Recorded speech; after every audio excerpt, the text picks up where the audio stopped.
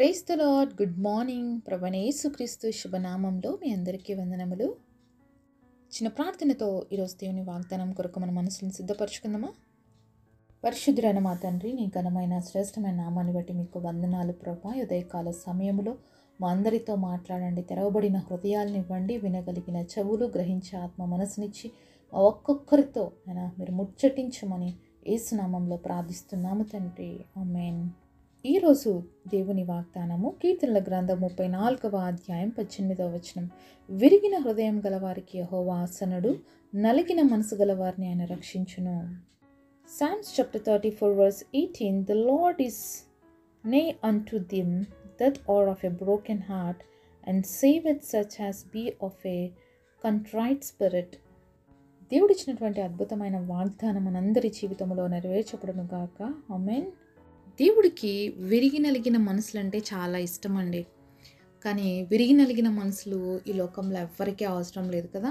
ఎందుకంటారా? విరిగిపోయిన మనసు, నలిగిపోయిన మనసు ఎలా ఉంటుందండి? ఎప్పుడు కన్నీరు కారుస్తూనే ఉంటుంది, ఎప్పుడు దుఃఖంతో నిండి ఉంటుంది, ఏ ఆశ లేని స్థితిలో ఇంకేమీ లేదు, నా గమ్యం శూన్యము అనుకునేటువంటి హృదయం అన్నమాట ఇది. ఇలాంటి హృదయాలు ఎవ్వరికీ అవసరం లేదు కదా. ఈ లోకంలో మనుషులకి ఎప్పుడు హ్యాపీగా ఉంటూ, ఎప్పుడు అడిగిందల్లా వాళ్ళకి హెల్ప్ చేస్తూ, వాళ్ళ అక్కర్లు తీరుస్తూ, వాళ్ళకేమైనా పరిస్థితుల్లో ఉంటే హెల్ప్ చేస్తే అలాంటి హృదయం అంటే అందరికీ ఇష్టం అన్నమాట. అంతేగాని ఎప్పుడు ఏడ్చుకుంటూ బాధతో దిగులుతో ఉండేవాళ్ళంటే ఎవరికి నచ్చదు. కానీ అలాంటి హృదయాలంటే దేవుడికి ఇష్టమని, అలాంటి వారిని దేవుడు రక్షిస్తానని చెప్పి ఈరోజు మనతో మాట్లాడుతూ ఉన్నాడండి. ఈరోజు ఏ పరిస్థితులు బట్టి నీ హృదయం విరిగిపోయిందా? ఏ పరిస్థితులు బట్టి అనేక దినాలుగా నలిగిపోతున్నవేమో, అవి ఏ సమస్యలైనా కావచ్చండి. మీ జీవితంలో ఎలాంటి పరిస్థితుల మధ్యలో మీరు కొట్టుమిట్టాడుతున్నారో, నలిగిపోయిన పరిస్థితుల్లో ఉన్నారేమో, విరిగిపోయిన పరిస్థితుల్లో ఉన్నారేమో, ఆ పరిస్థితులన్నింటిలో కూడా దేవుడు జయం ఇవ్వటానికి శక్తివంతుడు అనే విషయాన్ని మరొకసారి గుర్తు చేస్తున్నాడు. ఎందుకంటే నువ్వు విరిగిపోయినప్పుడు దేవుడు నిన్ను వాడుకుంటాడు. నలిగిపోయినప్పుడు నీలో నుంచి మాధుర్యాన్ని తీసుకురావడానికి దేవుడికి మాత్రమే శక్తి ఉంది.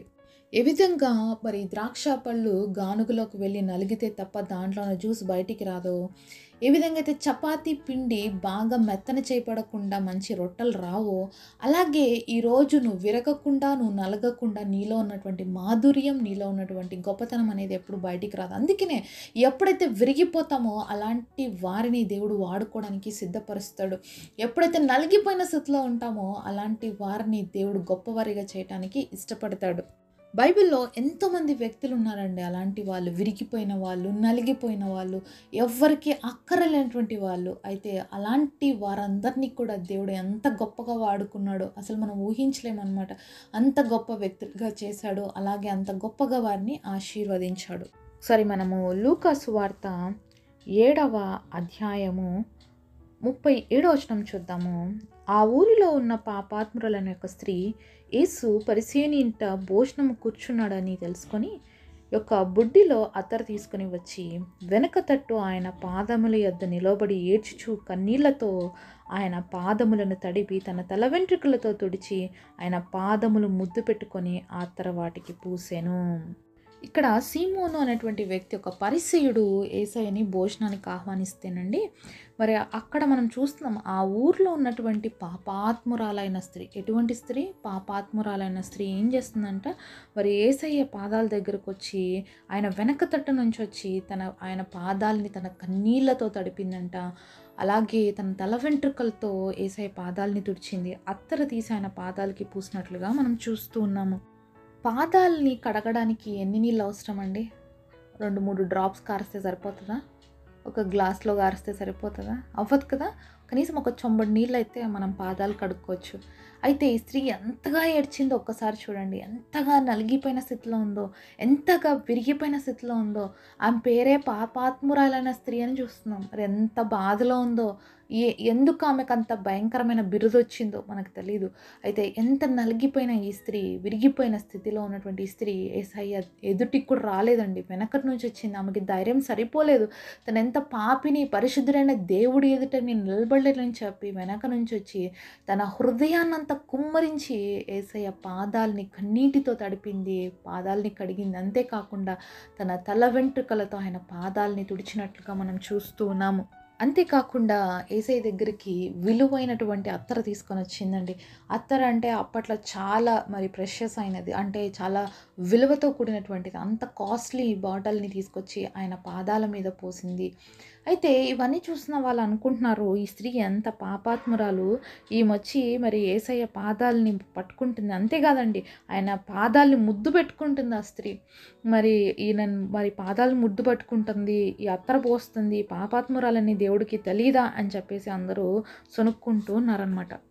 అయితే యేసయ్య సీమోనుతో ఒక మాట అంటాడు.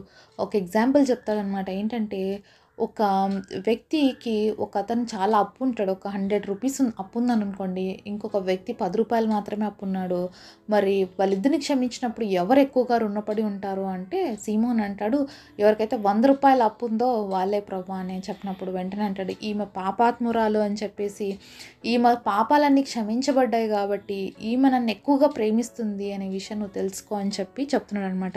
అంతేకాకుండా దేవుడు ఆ యొక్క వ్యక్తిని అంటున్నాడు, నువ్వు ఇంటికి వచ్చిన తర్వాత నాకు ఈ నీళ్ళు లేదు, నువ్వు నన్ను ముద్దు పెట్టుకోలేదు, నా తలకి నూనె అంటలేదు, కానీ ఈ స్త్రీ తన కన్నీటితో నా పాదాలు కడిగింది, తన తల వెంట్రుకలతో నా పాదాలు తుడిచింది, నా పాదాలని ముద్దు పెట్టుకుంది, అంతేకాకుండా విలువైన అత్తర్ని పోసింది. మరి ఇదే అధ్యాయంలో 47వ వచనంలో చూస్తే, ఆమె విస్తారంగా ప్రేమించను గనుక ఆమె యొక్క విస్తార పాపములు క్షమింపబడనని నీతో చెప్పుచున్నాను. ఎవనికి కొంచెముగా క్షమింపబడునో వాడు కొంచెంగానే ప్రేమించునని చెప్పి, నీ పాపములు క్షమింపబడి ఉన్నవని ఆమెతో అనెను. ఎంతో పాపముతో నిండిన హృదయంతో విరిగి నలిగిన స్థితిలో వచ్చిన ఆ స్త్రీని దేవుడు ఇప్పుడు ఏమని చెప్తున్నాడో తెలుసా?